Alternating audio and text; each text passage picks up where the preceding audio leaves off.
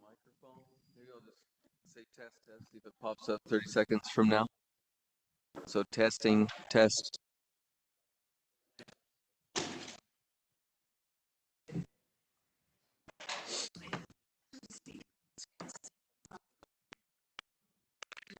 Oh, Joanne, I'll take that one then.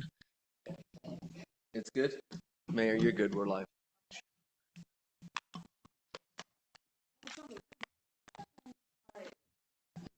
Welcome to the August 20th, 2025 North Logan City Council meeting. Tonight, we will excuse Buzzy Molkel, who is out of town on business. And we will start with our opening ceremony with Kenny saying the prayer and Mark leading the pledge. I pledge allegiance to the flag of the United States of America and to the republic for which it stands, one nation, under God, indivisible, with liberty and justice for all.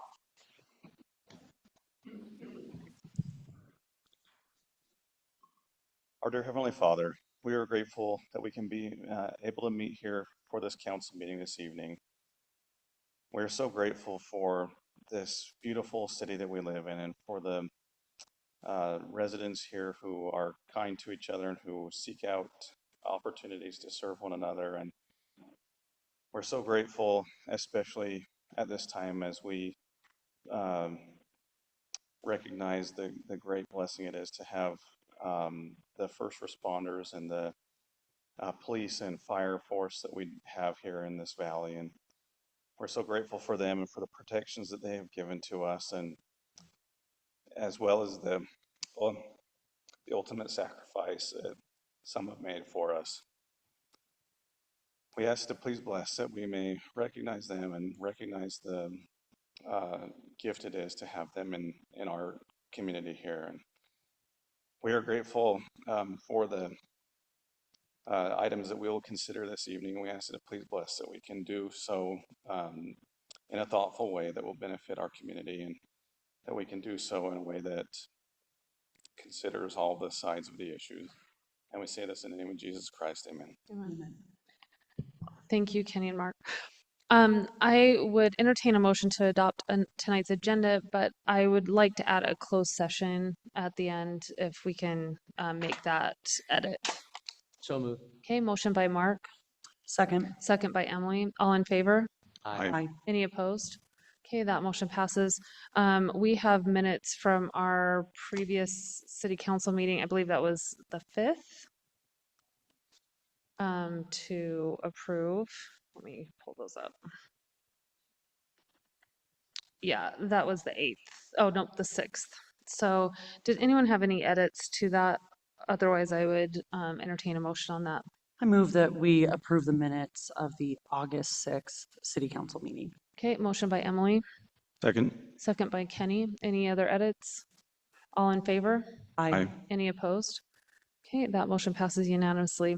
We will now recognize our exemplary staff member that I just closed. 1 second.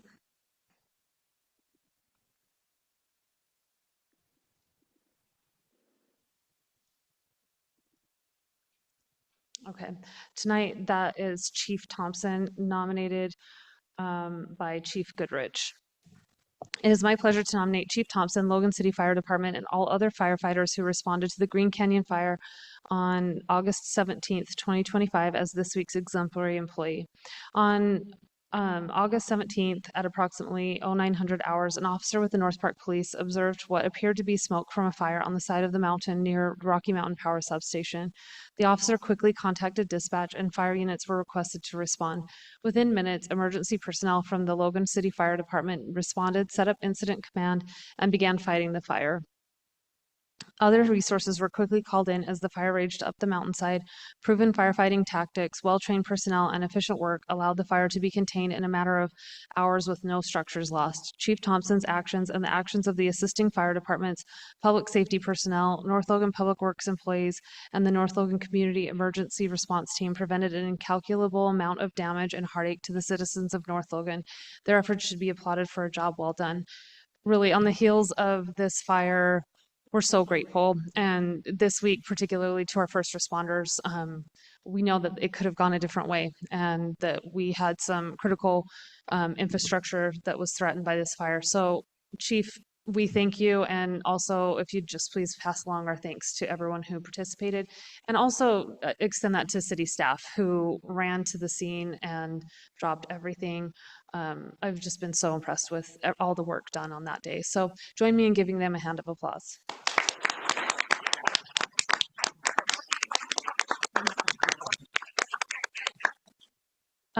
All right, let's get our reports from public safety officials. So let's start with Chief Thompson tonight.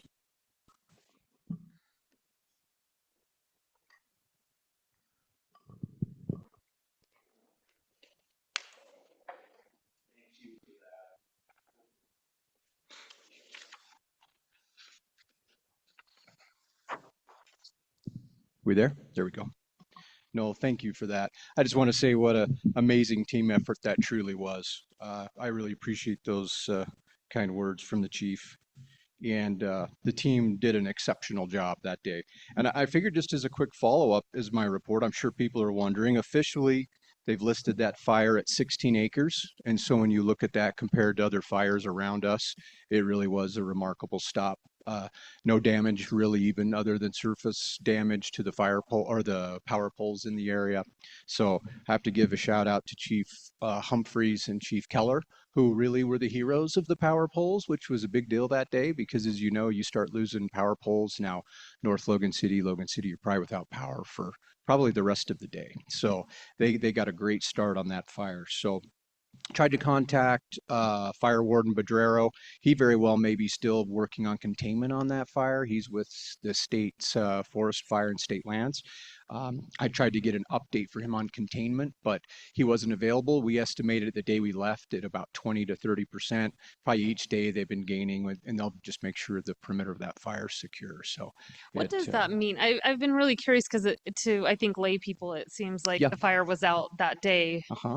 So did you notice overnight and into the next morning, kind of as the day started to warm up, you have areas of that fire that are still smoldering, right? And you never know if there's pockets of smoldering, debris or whatever from trees. So they'll literally go around and what they call cold trail around that entire perimeter to ensure there's nothing hot or embers could roll into somewhere that could start the fire again. So it's quite a process. It's kind of a tedious process to get around that. The good news is to get around a 16-acre fire versus a 100-acre fire is way different. And so I think the next day they made really good some really good progress on finding hot spots that they took care of. So really excellent effort. That's a great example of why we try to take the time with Alan and the team to manage the cooperative wildfire system, right? This fire started in North Logan City. It progressed into Forest Service, and that cooperative wildfire system and the CWPP that we do in the mitigation work is insurance for North Logan City. That fire with the 6 retardant drops that I watched, you'll probably be approaching, who knows, $750,000 probably. So that's the protection. That's why we do that. The state protects us with that program. Dallin goes through a process that he uses to ensure that it passes from initial attack phase, which Logan City Fire Department handled with both crews, as they start bringing in Forest Service crews, which tend to take a little longer because they're coming regionally. He does a process, what they call delegating the fire to the state. And so that officially makes sure that North Logan City is protected by the state. And that's why we do those programs. So the whole House Bill 48 that we've discussed in the past will come into play this year. And I think it's that great example as to why the state's after declaring those areas. So there'll be more to come with that, but super fortunate, great stop. Crews worked their tails off and to get that thing stopped, particularly going to the south where the homes were.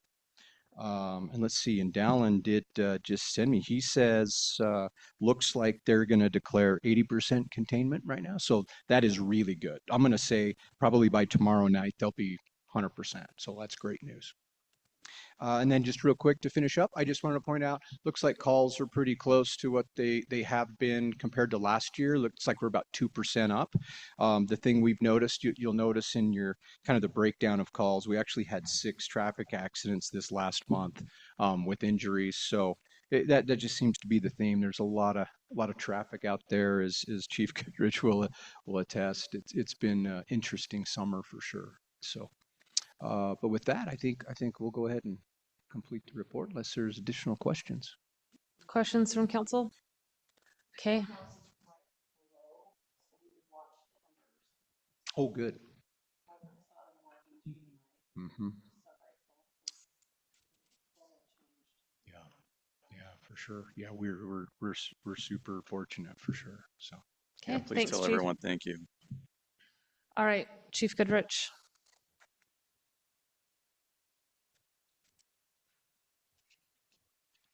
All right, thank you. It has been a pretty busy week. It started off again on Sunday with the fire. And like I said, I was happy to nominate the fire. They did a fantastic job on that. And it was a team effort as we all tried to work together in traffic and come together to help the public there. So it was a great effort on everybody's part. Again, it started out busy. With that, this week we had 130 calls that we took. If I could have you go to not this one. I don't know which one we have there. Okay, then it's okay. I'll just talk about them.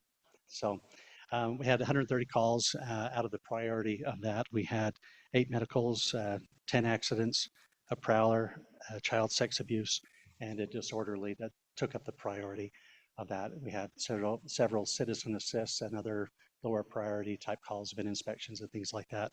But these tended to be the ones where we spent most of our time.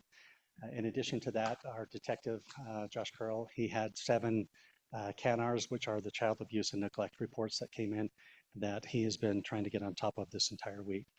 On top of that, with the tragedy with Sergeant Sorensen and Officer Estrada, our office has been very overwhelmed with supporting and trying to help in that endeavor and that effort. Yesterday we called a department meeting, and had them come in, and we talked about some of the resources that were available and helped them with some of those things. We're anticipating being able to help with some other private events. This was the procession that came in on Monday night that we had an opportunity to kind of organize and help with that. So I was pleased and proud to see our officers there giving support and recognition to Officer Estrada as he came back into Logan there. So it's been a very moving week. And in addition, we've had a great outreach from the community. They've been fantastic to come up and talk to us and drop things off. And we really appreciate the support on that. It's definitely a tragedy for everybody, and we're feeling the ripple effects everywhere. I stopped at Maverick on Tuesday morning, and the clerk broke down and started crying. And I was like, I don't know how to help you. I can't thank you. I'm like, I'm sorry. And the people behind were, it's okay, honey.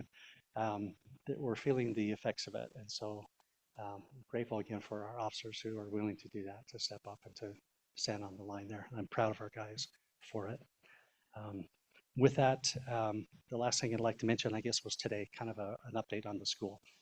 With the crosswalks and the school starting, that was an important thing that we wanted to be seen and be there to assist our crosswalks. So we had officers at every crosswalk, some 2 down at 2500 North and 4th East. We had 2, as well as 2 crossing guards, and then out at Cedar Ridge, and then at North Park Elementary, and I was up at the roundabout. The roundabout went smooth. We had a dozen kids or so that came through northbound, and no issues with it. Everybody was very respectful and slow, and we had our lights on, so I was pleased to see that that was working well with the crossing guard there. So our plan is to be visible and to still be there for the next several weeks as school starts and people get used to that routine and slowing down and watching. So we'll continue that effort. That's kind of our week this week. Thanks, Chief. Okay, we're going to move on to a proclamation recognizing fallen officers from Tremonton, Utah. I'll read that. A proclamation expressing the City of North Logan's condolences and solidarity with the families, colleagues, and community of officers Eric Estrada and Lee Sorensen of the Tremont and Garland Police Department who were killed in the line of duty. Whereas officers Eric Estrada and Lee Sorensen of the Tremont and Garland Police Department faithfully served their communities with courage, integrity, and dedication. And whereas these officers tragically lost their lives in the line of duty while upholding their solemn oath to protect and serve. And whereas their passing is not only a profound loss to their families and the Tremont and Garland Police Department, but to the entire Cache Valley and Northern Utah community who are united in grief and gratitude for their service. And the City of North Logan recognizes that law enforcement officers and their families bear extraordinary burdens in service to public safety, often at great personal risk. And whereas the example of officers Estrada and Sorensen reminds us of the price of peace and the enduring bond between neighboring communities who stand together in times of sorrow. Now, therefore, be it resolved by the City Council of North Logan, Utah, that we extend our deepest condolences to the family of officers Eric Estrada and Lee Sorensen, praying for their comfort and peace in the face of immeasurable loss. We express solidarity and support to the police department, honoring the bravery and sacrifice of their fallen officers. We reaffirm our gratitude for all those who serve in law enforcement, recognizing their daily dedication to the safety and well-being of our communities. A copy of this proclamation shall be transmitted to the police department as an expression of the City of North Logan's enduring respect, compassion, and support. Passed today, this 20th day of August, 2025. And if you'll join me for a moment of silence in remembrance of the officers and the injured officers, I'd appreciate that.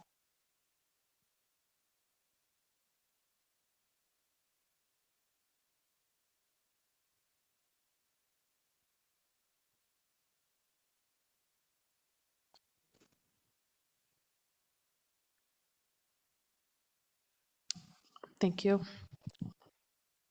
Chief, I hope you'll pass along our condolences also just to the North Park Police. We know this is a hard time for them, and that Eric in particular had that connection to our officers. So pass that along from the council if you would. Okay, Alan, you have the unhappy task of following that up with our action items. Thanks, Mayor. I'm jumping down through the first item we'll discuss at the end of the meeting, so I'll skip through that slowly. Other than the website, we will have updates in the coming weeks regarding the website. The final updates, Dylan's going through those. Looking at water, we'll have updates at the end of the meeting, but just to give you a quick update, the treatment plant upgrades are moving forward with the chlorine contact chamber. That's the one just west of the treatment plant, and then the 4 million gallon tank. Obviously, the large scar up in the hillside, they'll put that, they'll start pouring the floor in about 2 to 3 weeks for that tank. And so it is moving forward considerably in the coming weeks. Sewer, they'll continue work on the lift station rebuild. Streets, you've seen them now, obviously, with all of the different projects throughout the city. They've been redoing sidewalks. And replacing those and then painting the roads and wrapping up just a lot of the different projects throughout the city. So thanks to them and their help. One of the major projects they're doing is at the bottom of Naomi Drive. Naomi Drive was a private lane that was turned over to the city. And so with that, it has some issues regarding stormwater with the road. It was built as kind of a private lane. And so they have to redo that in-house. And so that's a very large project. We're doing part of the work in-house. We're contracting some of the work. But it's to protect some of the properties through there that have had some flood damage on their driveways throughout over the years, and so they'll correct that.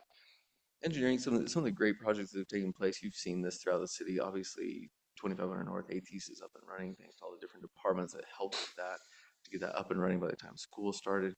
It was a quick project, relatively quick considering the amount of work that had taken place.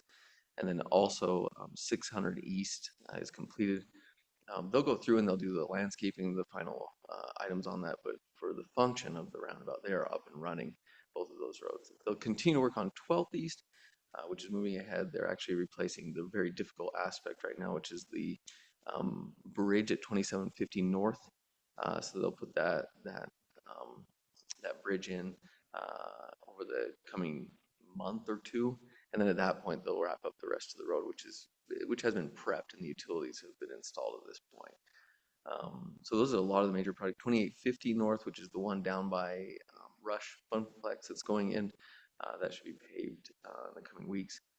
And they'll start on a little bit of the frontage there that goes in front of, which will be where McDonald's will go on that 3100 North. So a lot of projects through that area. Jumping down through trails, we'll continue to work on the grant that we received for the Bonneville Shoreline Trail, that alignment, and then installation after that. And so that is moving forward.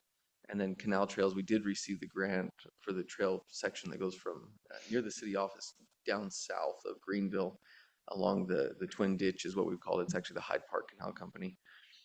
And that money we received for that. And what we're just waiting on right now is the legal description of the property so we can work with the different entities, which we've already reached out to, and they're supportive of this trail, which will be a fantastic addition to the city through that area. Recreation, they have endless amounts of recreation taking place right now. Registration for, you can see the long list under this column, but they also have events coming up, and then in October they are already prepping for obviously Pumpkin Days, which starts in early October and goes through the entire month. Jumping down through cemetery, they'll probably start on the prepping for the shed in that area. But what we'll do is we'll probably bring in some color samples for the city council to select. That's a very big, it shouldn't be that big, but it is a big concern to make sure that we match that and make that blend into the landscaping as much as we can with that shed, which will be a fantastic addition as burials continue to increase each year that the cemetery is in existence. Community development, they'll go over several different things in the coming weeks. They don't have a meeting tomorrow because there wasn't anything as far as an application, but they do provide general plan updates and city center updates throughout those meetings, along with all of these other applications for land use that will be coming up. We mentioned a few items regarding economic development. We also had a Big Deal Outlet next to Maurice's, which is next to Cal Ranch in that shopping center. They had their grand opening this morning at 9 a.m. There were at least 50 people in line to go in at that time, so that was exciting to see for that new store. It's a fantastic addition. It's been great to see how that has really taken off in that area. So thanks to everyone who's involved in that. Jumping down through human resources, we'll have a few different things coming up. We'll talk about a few things tonight. Library, they have several programs coming up. And so if you just look through the city newsletter, and they send out emails regarding all of these things, but like Magic the Gathering, I know it's coming up in Spanish Story Time. Those are some things that you'll see on social media as well, that they send out notifications regarding those. So watch for those. And thanks again to the police and fire departments for everything they've done past week. Okay, thanks. Any questions for him before we move on to our action items? Okay, then we will start with the public hearing to receive public input regarding the city's consideration to declaring city-owned property, parcel number 04-140-0034, 2320 Canyon Ridge Drive as surplus. Following the public hearing, the city council may consider a resolution declaring the parcel as surplus real property. Alan, do you want to give background to this, and then we'll open up the public hearing? Yeah, I can give it just a quick overview. I think everyone's pretty familiar with this property. It's up on Canyon Ridge Drive, kind of that east road that heads towards Wildercrest. This is a home that was being built. It was dug considerably deep into the hillside, a little too deep, and close to a city's sewer easement that goes through the property. And in consideration of that, the city worked with the property owner. The city ended up having to purchase the property. And so now we have a footing and foundation in the ground, very deep in the ground, where a structure should not be built. And so the city owns that. And the question now is what to do with the property. We talked about several different options with this property. This is obviously one option, probably not the end all be all of all options, but this is one option that the city would like to explore. And that is if we declare it surplus, that gives the opportunity for the city to go out through this surplus process that's outlined in city code and state code. Declaring it surplus is the first step, and then sending it out to bid to see if anyone is interested in purchasing the property. However, I do need to point out that there are several restrictions in this. One thought is if we sell this, because it does have the footing and foundation there, It would cost a considerable amount of money for the city to remove that and come in with engineered fill to create a buildable lot on that property, on that parcel. It's a lot of money the city doesn't have to put into this. And so are there other options that could be beneficial to the surrounding property owners or anyone else in the city? And so we go through this lengthy process, but there's restrictions in here that say if we go through this process, the property will be non-buildable, meaning you can't apply for anything that would require a building permit, and the person who purchases the property will be required to fill in the hole where the footing and foundation is located. They may not have to use engineered fill because there won't be any structures on that, but then they can landscape it, they can use it. If the adjacent owners do end up buying it, they could put a driveway across it to get to their own property. These types of things could be used on the property, but that's obviously that devalues the property considerably, and that's taken into account here. Scott's provided an estimate as to what it could be valued at regarding these deductions in value because of these stipulations regarding the property. Thanks to the council members that pointed these things out as well, but all these things would need to be in a deed restriction associated with this property, so it runs with the property. And so we'll do that through a deed restriction and the real estate purchase contract, but the deed restriction will help it run with the land in perpetuity. That's kind of a rough overview. I kind of went through that pretty quick. Are there any questions regarding that?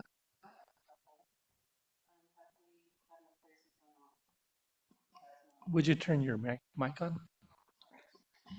Thank you. Have we had an appraisal done, and then could this be something that the community purchases together for pickleball courts or basketball or tennis, something along that line? When you say the community, The neighbors that live up in there as the neighborhood. I think it's kind of whoever buys it, they Yeah. could. I These, think you do an appraisal after you declare a surplus. Is that correct? Like before you list it? yes, and the appraisal that what's required for state code, if we're doing a large property that needs a large appraisal, like we're trying to assess this as a buildable lot or something else, then we go through the full appraisal process. This one is more of a comparable assessment that Scott does. So he looks at several different comparables throughout the area and says what the other properties are selling for if they're not buildable, and the deductions are included in that. It's not a full appraisal, but what it does is it just gives us a baseline. So when we go out to request a bid on the property, then they can do that. And then along the same lines that you requested, if people come in and they have those questions about what they could do with the property, they can literally just ask the city at that point and submit a bid regarding the property. And could they put pickleball courts in and other things? Yes is the answer. Most Let me know if you get it landscaping pulled type together, things. Joni. Okay. I don't live up there, but that's a great idea. I agree. Okay, well, let's open up the public hearing and then we'll talk amongst the council. So first, let me read the instructions for that. Before you begin, please state your name for the record, speak to the microphone so your comments can be recorded. Limit your statements to 3 minutes. You're not allowed to combine or bank minutes. Please phrase your opinions in the form of statements, not questions. Address your comments to the council, not to the public. In the future, note if you have questions or need to discuss an issue, you may meet with the city council members or appropriate city staff before the public hearing where dialogue can take place. You may provide a written statement as your input. You may read your entire statement with the 3-minute limit. You may provide a copy of a written statement to the city recorder. He will make copies for the city council, and the written statement will become a part of the public record, but will not be included in the minutes of the meeting. So with that, I will open up the public hearing.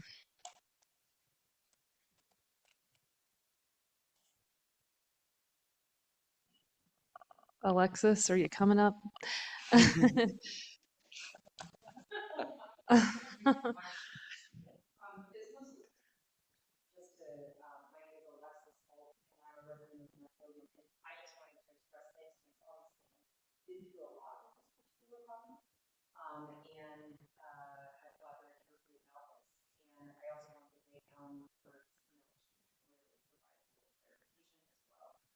Because I would just note that I offer support to some of the prohibitions for the lot. This lot has very limited buildable space, and the lot, as we discussed in the geologic hazard ordinance, and Scott has related, some of these lots get modified by development, and that indeed happens there with the creation of an unretained 20-foot plus square wall. And so that's going to be a problem, by the way, for all of those other lots, along with the engineering to solve that.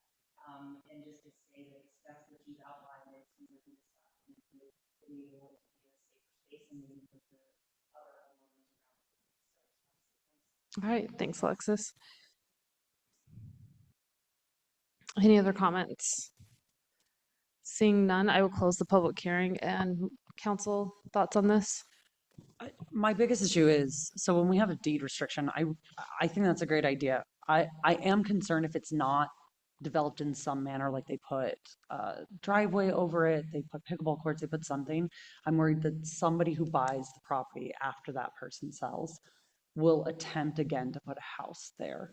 And is there anything or some sort of structure on that land if it's not developed quickly? Is there any way that we could say, if you buy this, there's a time limit? I don't even know the legality of that. I just wanted to ask if it was an option that we could put some sort of time limit that you have to do something with it, whether it's landscape it to the point where like, do you see what I'm, like, Yeah. do you see my concern? Yeah, it's kind of Obligation and twofold. responsibility. Yeah. Yeah, I don't think it's been fully addressed your first half of your question. Okay. A timeline for when they need to do that, and that needs to be part of the real estate purchase contract for the original owner. Okay. And then obviously Mark's pointed out something that I hadn't thought of, and that is with the deed restriction, it's in perpetuity. So that would always stay in place with the property and run with the land so that no, they can't ever come in and purchase or build on that land. I just know that there's lots of people who maybe don't always come get a building permit, if that makes sense. Like, I think we'd be notified pretty quickly. I if someone- have to admit that area is not one I'm the Yes. biggest concern about, but it is a little bit of like that 20-foot unrestrained retaining wall is in my nightmares sometimes when I think of just how I just really want to avoid this situation again at all costs. That's 100%. why if we can do anything to just make it just a little bit harder or Yeah. add a little extra protection. I think that's where the title company comes in, Okay. is they come in and they say, look, here's this deed restriction. Okay. They would see that and they'd tell subsequent owners, like, we're not relying on the owner or the next owner to then word of mouth pass that along. Okay.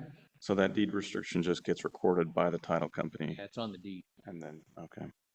So anyone who's purchasing it would see that.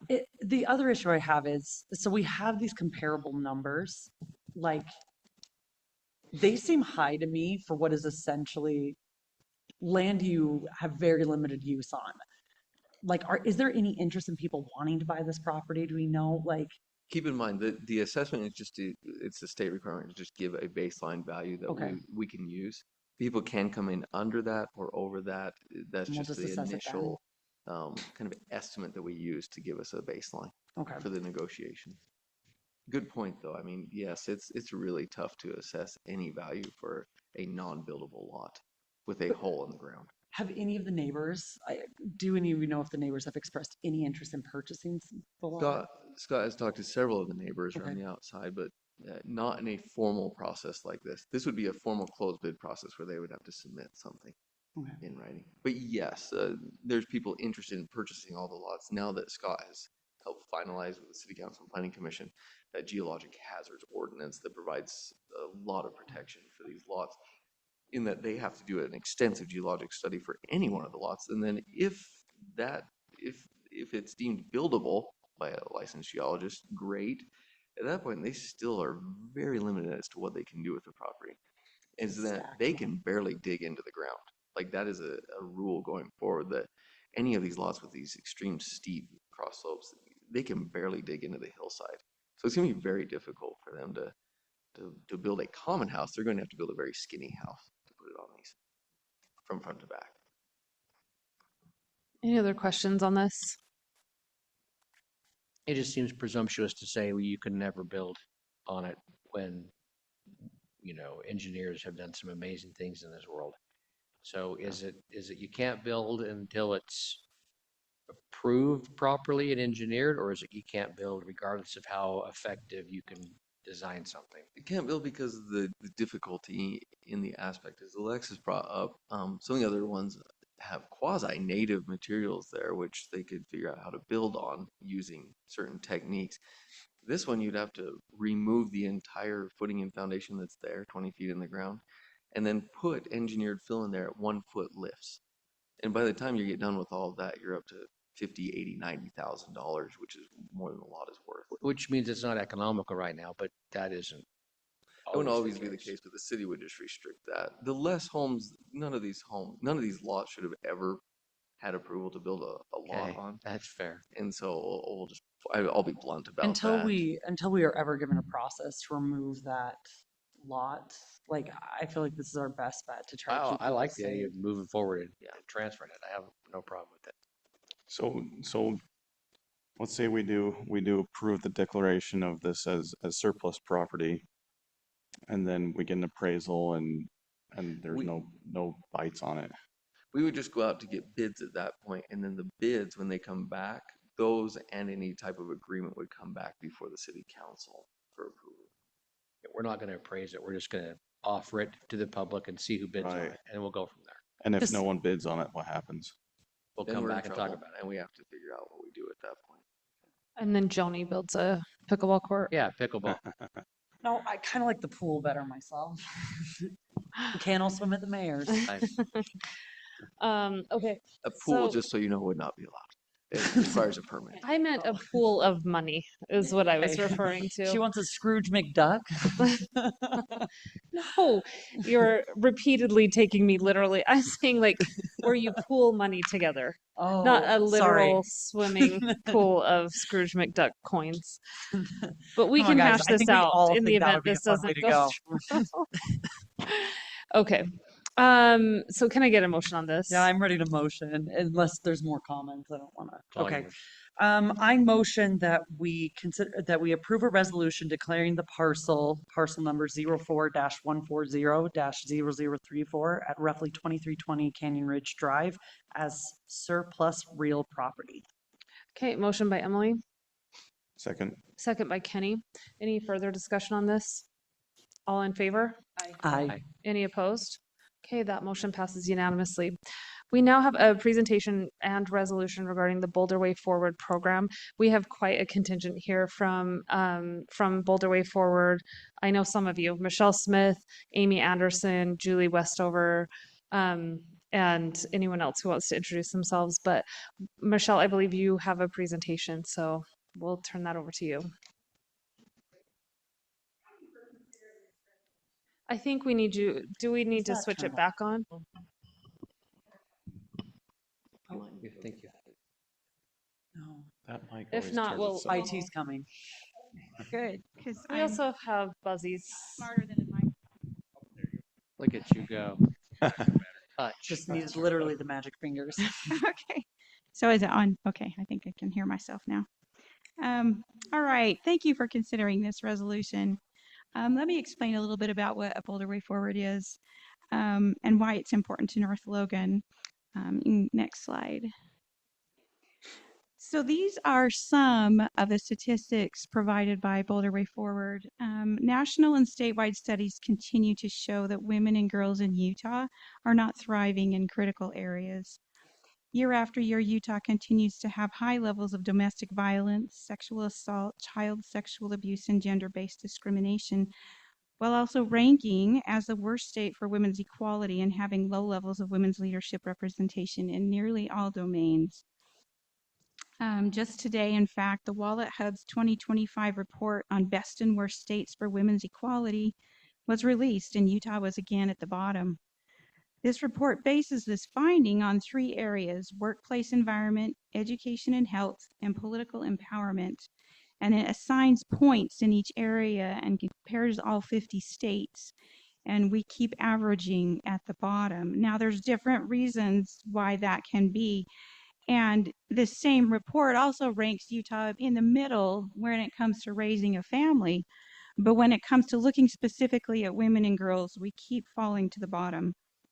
While we have an incredible state where we have a lot of wins, we also clearly have ways we need to do better to improve the lives of women and the opportunities they get and that girls get so that they can truly thrive. Let me give you some examples. Utah ranks #1 for women holding part-time jobs, but it also ranks in the top 10 for the least affordable housing, and the state ranks very, very low in affordable and available childcare. Women who work part-time also usually don't have full health benefits. And many part-time jobs actually require work that is nearly full-time, but it doesn't provide the same compensation monetarily as full-time work. Women also tend to work in organizational nonprofits more, and those are so important for building communities, but they also don't provide opportunities to make a living wage. Now, reasons on this statistic on part-time versus full-time work varies, but it's something to be aware of when you're looking at how policies that might impact women's jobs. Utah also has a high wage gap, and this is often because women are paid lower due to less time in professional paid jobs when they took time to raise a family, or because they take a lower income in order to get any available job. Wage gaps occur when women and men are working in the same job with the same skill, but are not paid the same. It's not measuring how much women and men are paid overall. It's looking specifically at the same job with the same skill and are they paid the same. It went out. I think it's a battery.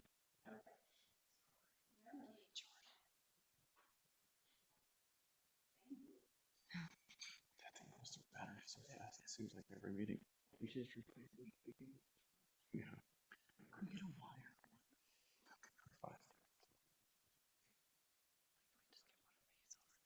Fast.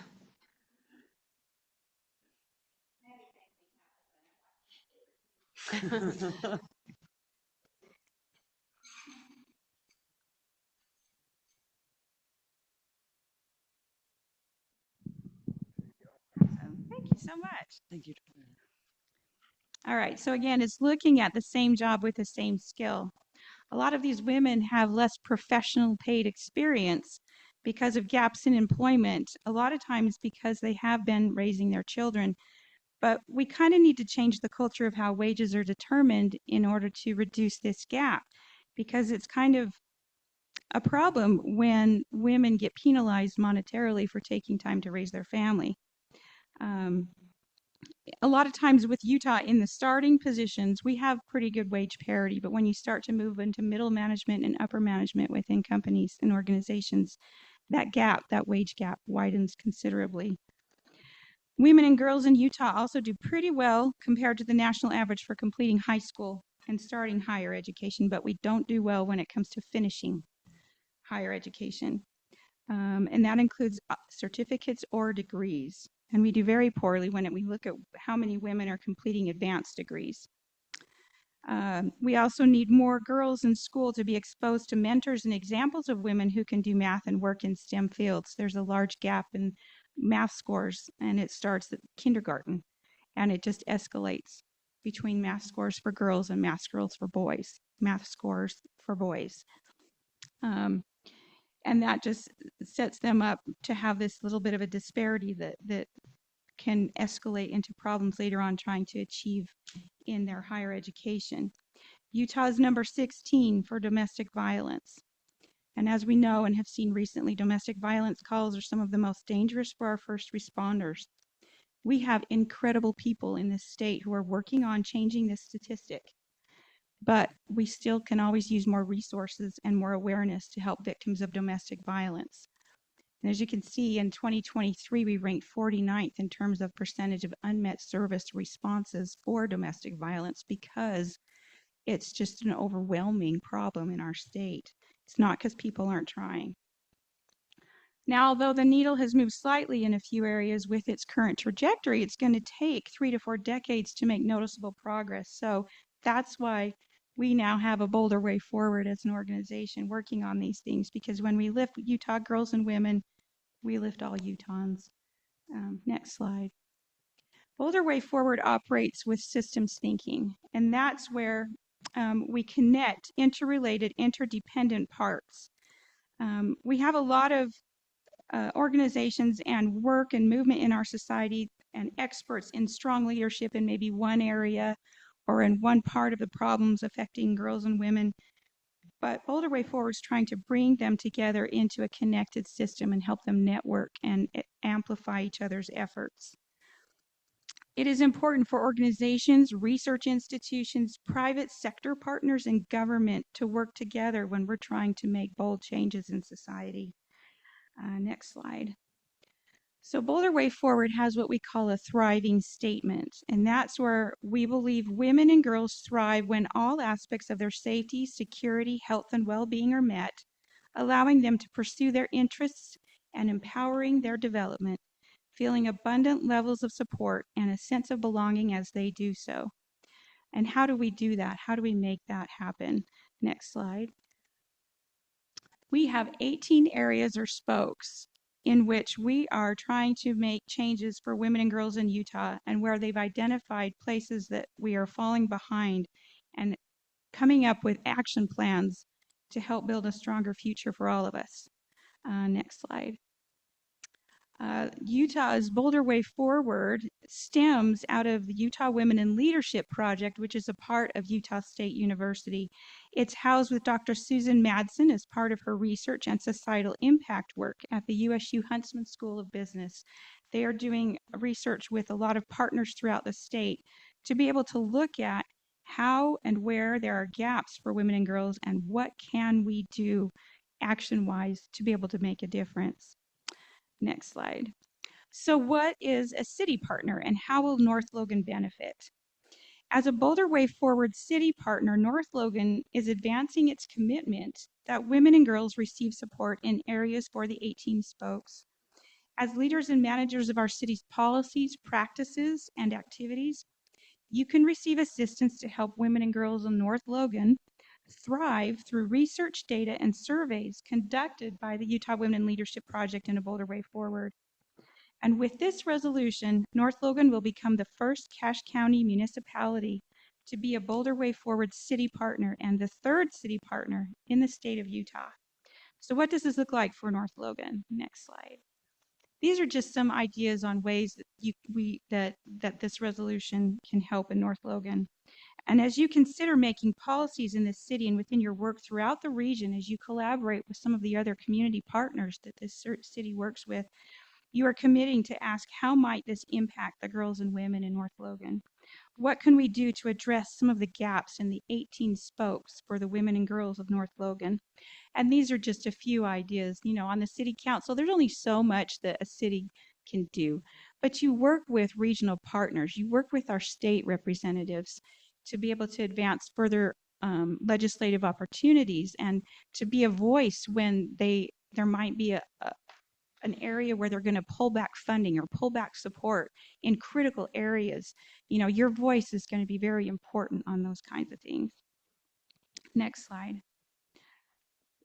So Utah does better when everyone thrives. I love this quote from Melinda Gates. If you want to lift up humanity, empower women. It is the most comprehensive, pervasive, high leverage investment you can make in human beings. All of us have a mom, a sister, a grandma, an aunt, someone close to us who's a woman who has impacted our life that we depend on. And when you impact the lives of girls and women, you can lift everyone. Next slide. We are working hard to create change in Utah so women and girls can thrive and that we become not the bottom, but a national leader in how to implement positive change for women and girls. And so the last slide shows it's just a QR code for a way to get to the website, but there's a ton of resources at Boulder Way Forward. There's a ton of resources on the Utah Women in Leadership website. And if you have questions in any one of these areas, or if you want to know, you know, what is the picture looking like this year for Utah's women and girls? Have we made progress? You know, there are a ton of resources there. There are people that you can reach out to, email, and talk to. And we're building a lot of momentum throughout the state. We are constantly getting city partners, private partners, nonprofits throughout the state who are joining our organization to be able to pool our resources, pool our voices, and pool our actions to make it a better state for women and girls. Thank you so much for starting this momentum here and as a municipality partner in Cache County. Thank you, Michelle. I'll just add, I think we do have some opportunities in our city. We work closely with the North Park Police Department in education. And I think Chief Goodrich has done some really great things with sextortion education and things like that that are really impactful in our community.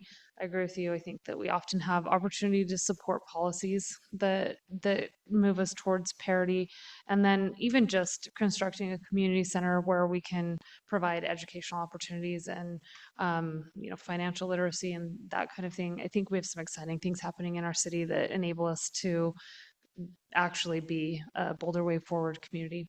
Also, like to recognize Emily, who has been on the Boulder Way Forward board. Anything you want to add, Emily, to this? This has been one of those great experiences where you just get to work with people who genuinely want Utah to be better for everybody. And this is just one great way for us to just make Utah better for everyone. And I couldn't be more excited to support this. This is so great. Thank you so much for coming and presenting it so well. Any other questions, comments, and then I will read the resolution. I'd like to thank you, and then as you can see, we're in good hands here. And we have wonderful men that we work with and support too, so like good changes. Yeah. Okay, I'll read this resolution. A resolution encouraging and promoting the mission of the statewide initiative of A Boulder Way Forward to help more women, girls, and families thrive. Whereas North Logan City is aware that national and statewide studies consistently show that women and girls in Utah face significant challenges, including high rates of domestic violence, sexual assault, child sexual abuse, and gender-based discrimination, as well as persistent disparities in workplace compensation, leadership representation, and whereas the North Logan City recognizes the fundamental importance of encouraging and promoting the mission of A Boulder Way Forward initiative to strengthen and help more women, girls, and families thrive in Utah. And whereas North Logan City recognizes that when women and girls experience good health and well-being, the freedom of safety and security, equal representation in the community, access and opportunity for education, and successful employment in fair and equitable workplaces, all Utahns thrive, including men and boys and families. And whereas North Logan City is committed to using data-driven approaches and will regularly consult academic research, policy briefs, and community surveys to guide its efforts and measure progress in supporting the mission of the initiative. And whereas North Logan City has demonstrated a commitment to supporting women in the workforce and fostering a workplace environment that values work-life balance and family well-being. And whereas North Logan City exemplifies inclusive and equitable governance through strong female representation among its elected officials and executive staff, ensuring that diverse perspectives, priorities, and needs are represented and respected. And whereas North Logan City embraces the mission of the initiative for women and girls to thrive and support efforts and actions that all of us can engage in to make this a reality for all. Now, therefore, be it resolved by the City Council of North Logan City, Utah, North Logan City hereby declares its commitment to support and promote the mission of A Boulder Way Forward and will continue to adopt policies and practices that exemplify this commitment. North Logan City will actively raise awareness about the importance of improving women's and girls' health, safety, education, community engagement, and workplace equity through public outreach, city events, and partnerships with academic and community organizations. North Logan City announces its designation as the first Boulder Way Forward city in Cache County, Utah, to focus on enhancing the well-being and quality of life for women and girls, and as a result, for all residents. So with that, I would ask for a vote to approve this resolution or a motion. So moved. Motion by Mark, Second. second by Kenny. All in favor? Aye. Any opposed? Thank you. Thank you all. Let's do, I think, a picture with the group. Yes.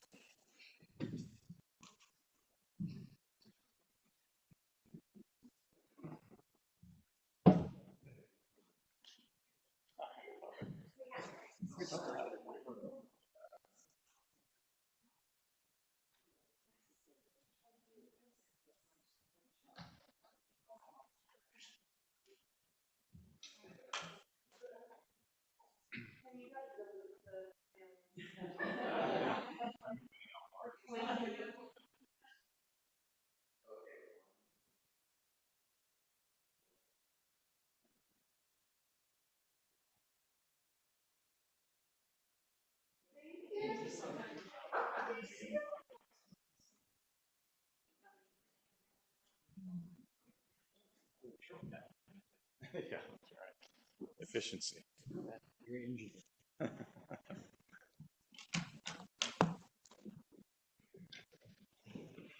And you all are welcome to continue to stay here, but you're also welcome. Amy, I know you've had enough of this.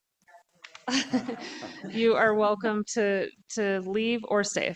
You're a lot of Um, fun. You could stay. Yeah. All right, we will move on to consider approval of the annual fraud risk assessment report, including a signing of the annual ethics pledge by North Logan elected officials and department heads. Mayor, Are we skipping item 4? Oh, yeah. Kidding. Let's do that. All right, sorry, I'd written notes over it. Consider approval of real property agreements to acquire property along 2nd East and 1200 East needed for the improvement and expansion of these roadways. I can just go over this very quickly. This is pretty simple. These are just sliver properties along the frontages of these two properties. So one's along 200 East, is kind of the frontage of the Rocky Mountain Dermatology properties. And the other one is along 12th East. And that's working with the Berger family regarding the properties there, regarding the COG project along 12th East, and a lot of East Haven subdivision that just came before the Planning Commission a few months ago or a month ago. So those are those two. And if you go into the folder, it goes over the details regarding that. One of them is more of just a cash payment. The other one's a cash and landscape restoration type project. So again, these have been relatively straightforward, really good process with the property owners to make sure they're compensated fairly. And that's basically what it is. And if I can just add, I think this has been a really important part of getting funding and support for this COG project. I think it's a really urgent project, that especially the 2nd East one.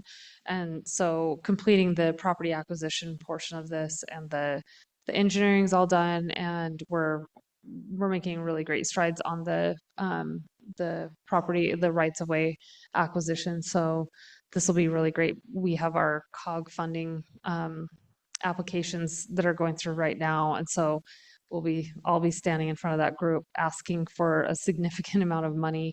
And so it's great to make progress on this end of things. So any questions from the council on this? No, you guys are just doing really good work. Thanks. Okay, then I would entertain a motion. Anyone else? So moved. Motion by Emily, I'll second. second by Joni. Any other discussion? All in favor? Aye. Any opposed? Okay, that motion passes unanimously. So we'll move on to what I previously read about the fraud risk assessment report, including an annual ethics pledge. Scott, do you want to run through this? I mean, I know the history is that when we reviewed the fraud risk assessment, when was that? Last year? Last year. That we're grade grubbers. We want to get all the points possible, and so we asked you to come up with a pledge to get how many points are on the line? C5.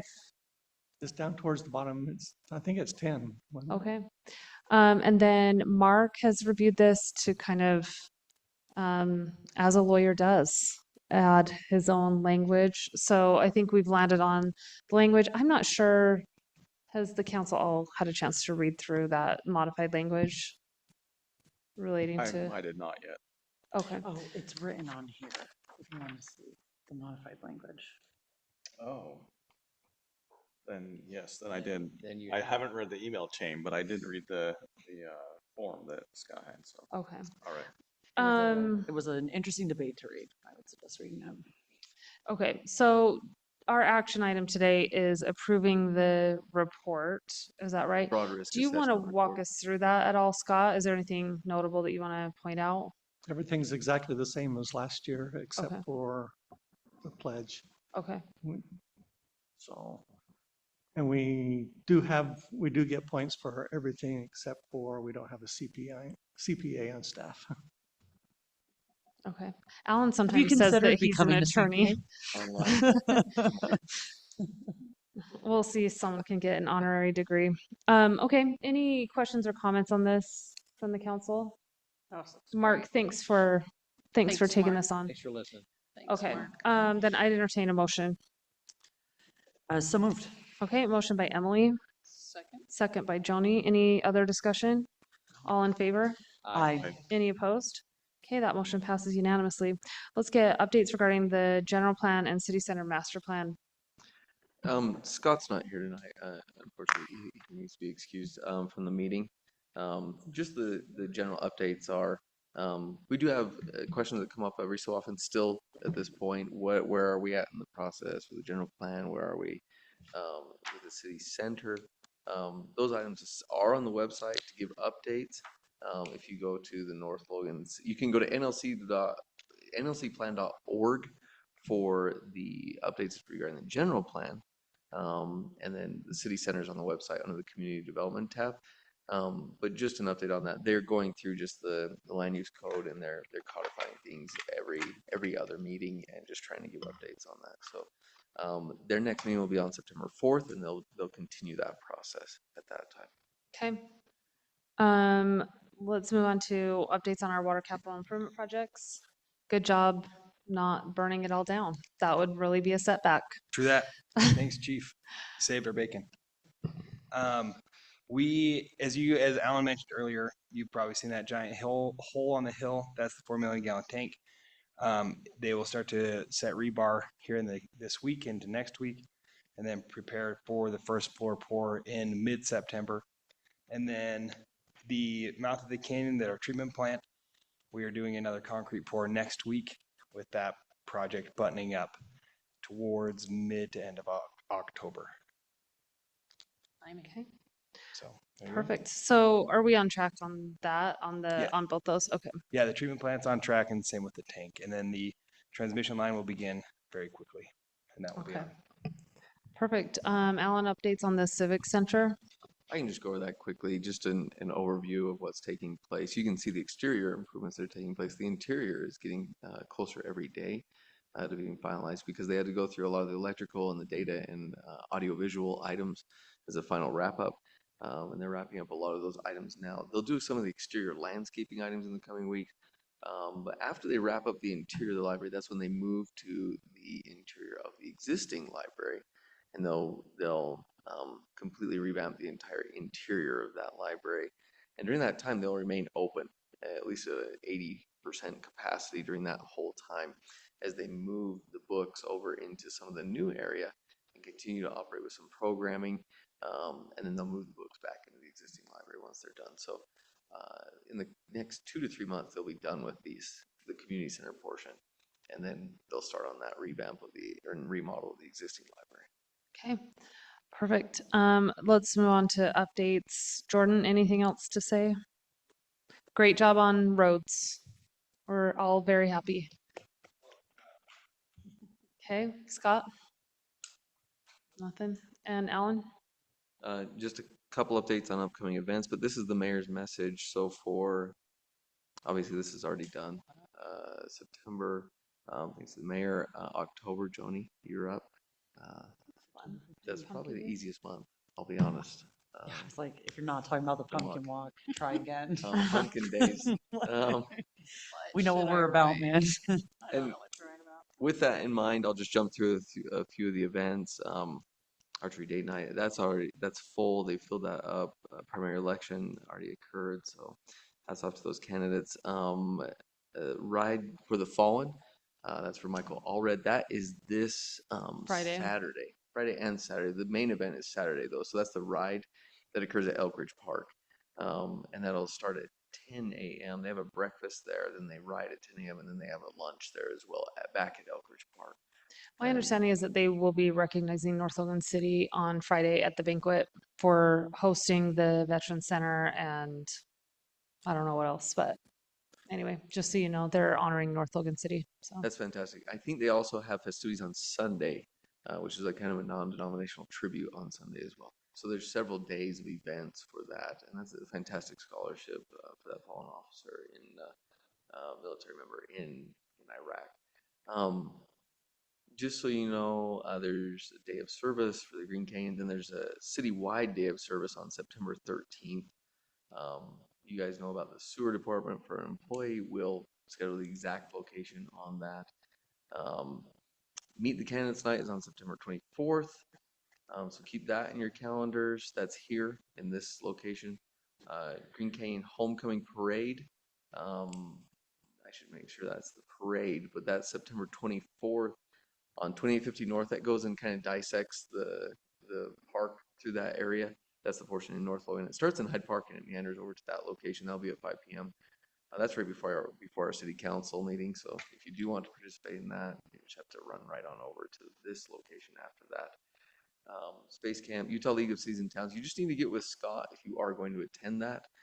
He can take care of the registration and he can get you a hotel if needed. And it's in Salt Lake at the Salt House.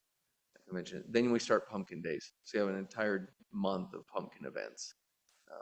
Thanks to Emily for pushing that. So that's a fantastic month full of events. Sorry, then just jumping. General election is November 4th.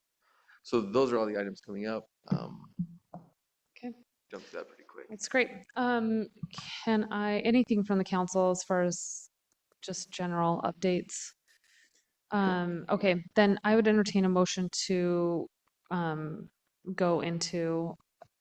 Can I Oh, just sorry, ask a Kenny. quick question on the ethics pledge? Like I've seen the multiple revisions of the document come out. The latest one seems to have lost the notary signature on the bottom. Is that no longer necessary then, or did we no longer necessary? You don't need a notary unless it's a recorded document of the county. And so that's why we removed that. Okay. Thanks. It's just recorded internally. Okay, so can I get a motion to go into closed session? I move that after a brief recess, we move into the closed session to discuss real property and pending litigation Okay, and in the in the adjacent in conference the room? adjacent conference room. Okay, motion by Emily, Second. second by Mark. Joni, I'm just gonna do a roll call vote. Yes, halfway. Aye. Joining. Kenny? Aye. Mark? Aye. Okay, then that motion passes. We'll take just a couple minute brief recess and then move into that